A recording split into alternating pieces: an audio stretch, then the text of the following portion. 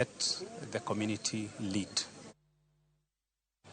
Jatend duond bura mar DAP Eugene Wamalwa odhi nyime kod seyo piny owacho mar Kenya Kwanza kuom tamre kwayo mag Azimio ewi miyo jopiny fuong'ruok kaluwore gi pek mar ngima. Wamalwa bende en achiel kuom jokanyo e komiti mane tayo twak e kind Azimio kod Kenya Kwanza wacho ni kweth mar Kenya Kwanza ne othir kod chenro moro amora mar duoko piny pek mar ngima e kind twak kata doko ni oganda jo Kenya winjo matek. Ne omedo seyo Kenya Kwanza kuom keto apisi mar jatend migawo maduong' kod jatend kweth mobalo kod piny owacho e katiba, gino ma owacho ni dhi medo jopiny ting' mapek kaluwore gi osara mag kaachiel gi jotijegi.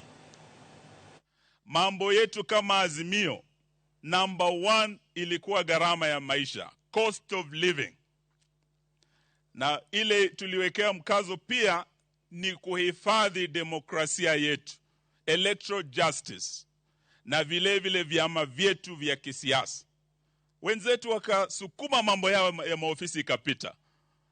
Ilipofika mambo ya kuguza mwananchi ya cost of living, wakakataa. Na hapo ndio nyinyi mlikuwa mnasikia Bwana Wamalwa amekataa kuweka sahihi hiyo report. Sababu tukichukua hizi ofisi zote, ofisi ya Prime Cabinet Secretary, ofisi ya upinzani, hizo ofisi zitasaidia maisha yenu yarudi chini kweli? Si hizo ofisi zinaongeza hata gharama zaidi. Sababu when you create more offices, you create more burdens on the shoulders of the taxpayers of the Republic of Kenya. Kweli